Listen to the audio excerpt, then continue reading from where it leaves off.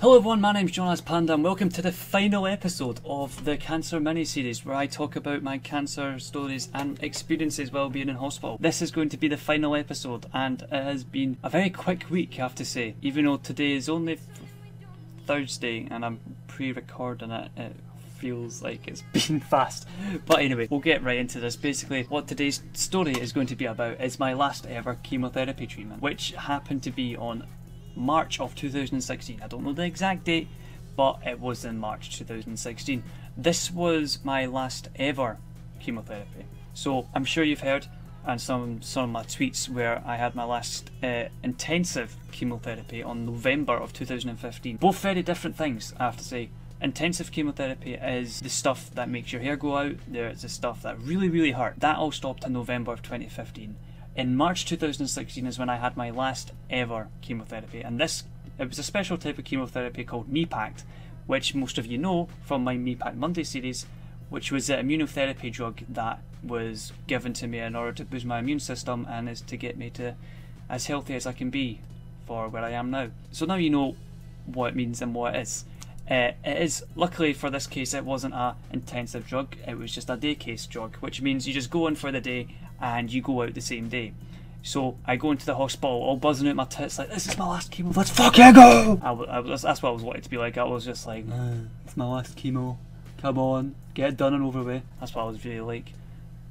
No balloons or anything, just fucking me just trudging about, just like, get it over with. I go into the nurse bay, and they're like, oh, so John's your last chemo, congrats. And I'm like, yeah. I'd made myself the most tamest last chemo sign ever, which actually I still have today, which is here. I still have it to this day. As you can see, I wasn't exactly that most artistic person in the world. All the nurses that were there, I can't thank you enough. All the lovely messages. If you are watching my video, which I hope you aren't, because I am an absolute joke, shout out to you all who are on this list. Definitely is something to remember. So anyway, made myself that just to try and keep the thought of things, and I go into the little nurse's station to get my needles in. So I get stabbed for hopefully what should be the last ever time. Get stabbed needles, one for fluids and one for the chemo, and they take me through to the actual ward itself and set me on the day case bed, which I'm so glad they have the long beds, because half the time in these day case beds my feet would be hanging over the edge just because of how tall I am, which is a pain in the arse. I'm just there and I'm like, I have my laptop out because I actually wanted to do some editing. I actually tried to reboot my YouTube channel at this time. I think it was around about the time where I actually recorded my rap battle, or edited it, so to speak. I actually recorded it way back in 2015 at the start. If you don't know what that is, I will put a link to it in the description so you can watch that. Now there is something I want to tell you about this chemotherapy that really did annoy me. The fact that this chemo had side effects. Okay, the most common one being that it would make you shiver uncontrollably and spike a fever, which could in turn cause an infection. Now it could just be nothing, but in the most cases it is nothing, but in some cases it can have an infection in the actual portacath, or even worse. So that's not a spoiler, that's just, well, you'll see. Finish off my chemo, and the threshold I think it was 2 hours you had to wait after chemo in order to see if this reaction would take place, and then you can go home safe. This makes you sleepy. They give you a drug called, I think it's Piriton. That's what they give you, it's called Piriton. I don't know what it does, let me Google this. It's an antihistamine, yeah. It was an IV antihistamine that they gave me in order to combat the side effect that could happen. It would make me sleepy as fuck, so I just go to sleep. Skip forward to when I actually wake up. I wake up and I'm like, you wake up after this and your head's like, oh, it's hard to wake up. Like, you just feel so bleh. And I just remember waking up and I'm like, I'm not shaking, I'm gonna go home. And might I just add, I hadn't taken a reaction to this for 18 weeks. So I'd went 18, I think it was 18 weeks that I'd went without taking a reaction to this. So I was like, I'm going home, and it happens. I start shaking, and this isn't any shaking. This isn't like your. This is like. It's like I'm having a fucking seizure. I'm like having a seizure, but not having a seizure. It's just really bad shaking, and I just remember trying to hide it so much because I did not want to stay. I was like holding my legs still, pinning myself down, like, can you stop fucking moving. But it didn't work. My dad had to go to the doctor saying he's doing it, because he doesn't even say he's taking it, he just he's doing it, and that's it. I then get given a thing called cetirizine. Now there was a little thing with cetirizine that my dad and I, if people don't know what cetirizine is, it is a antihistamine. It is used to relieve symptoms such as watery eyes, all that sort of stuff. Basically, it works by blocking a certain natural substance that your body makes during an allergic reaction, which is a histamine. This should work.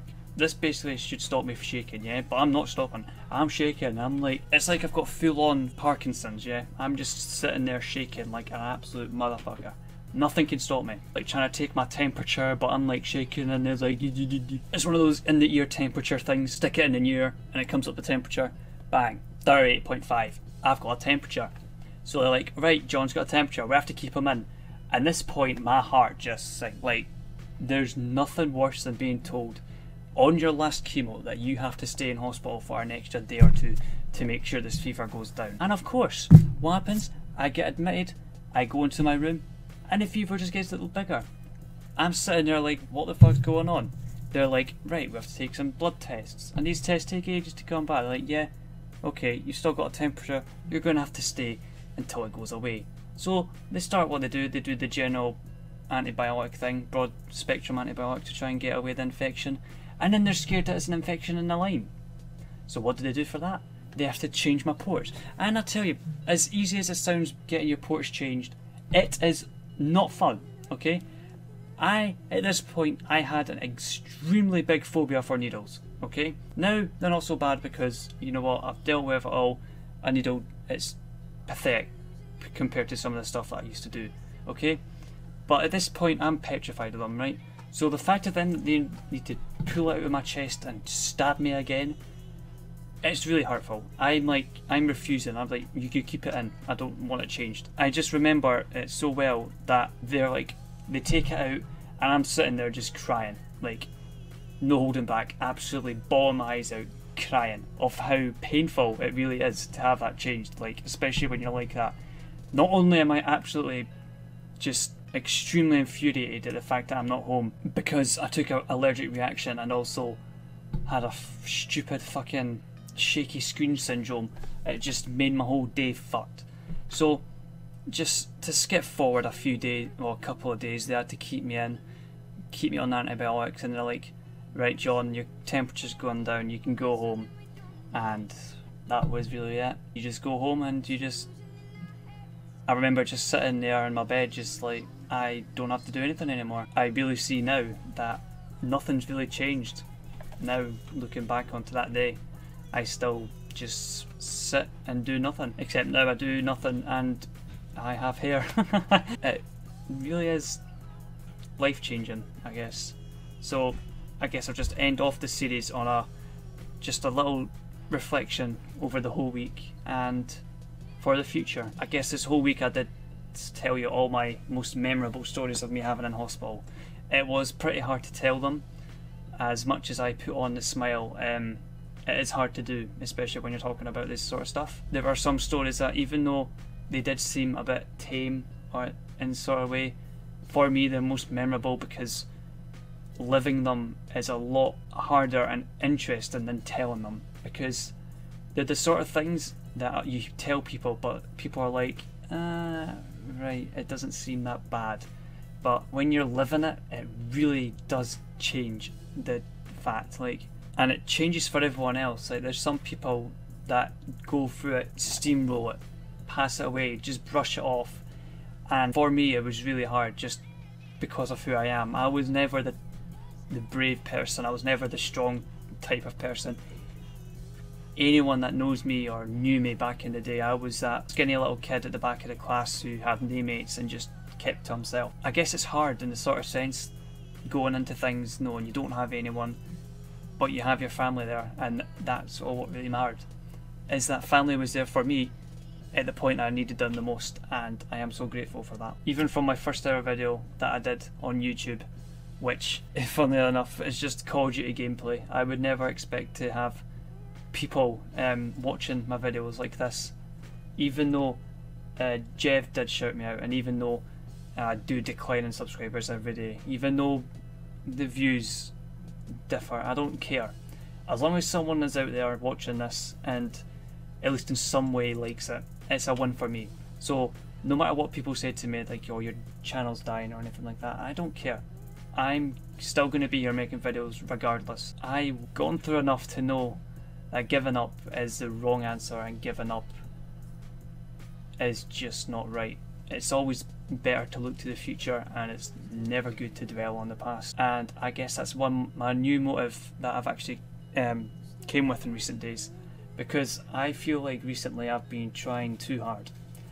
I've been putting in so much effort for nothing, and things that I do don't really take an impact on some people. So after this video goes up, I am going to push out more quality over quantity than I did this week. So a video every 2 days of actually something good. With my Canada trip coming up in a couple of the weeks, I will be vlogging that. I am so excited to meet Kristen. A big shout out to her, who has definitely changed my life. Definitely made me more happier than I've ever been. So I would strongly appreciate it if you could go check out her channel. It will be the first link in the description. She makes really good content and has a really strong personality. She also happens to be the person who I made the montage for, the K-Heart, that is for her. So if you're watching this, I love you. But yeah, no matter how many words I say or how sadly I put it, there is no change into the fact that I'm here and I'm not going away. Cancer's always here, and cancer's never going to go away. As many people think that it'll get cured in the future, there's always going to be something that's going to kill. It's a relentless and ruthless entity and doesn't give a fuck about anything or anyone. That's the truth. As much as people don't want it to be, as much as people try and sugarcoat it, it's an absolute prick. So I'm going to stop now before I get too emotional. I don't want to make this as even more depressing than it already is.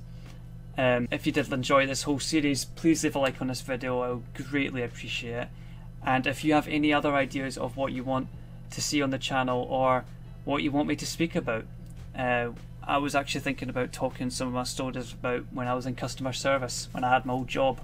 You seemed to like it before, so I wanted to see if I could do more on that. So make sure to tell me what you want to see, because even though this is my channel, I want you, the audience, to be happy. So yeah, leave your suggestions in the comments below. I hope you all enjoyed watching, and I'll see you all next time. Goodbye!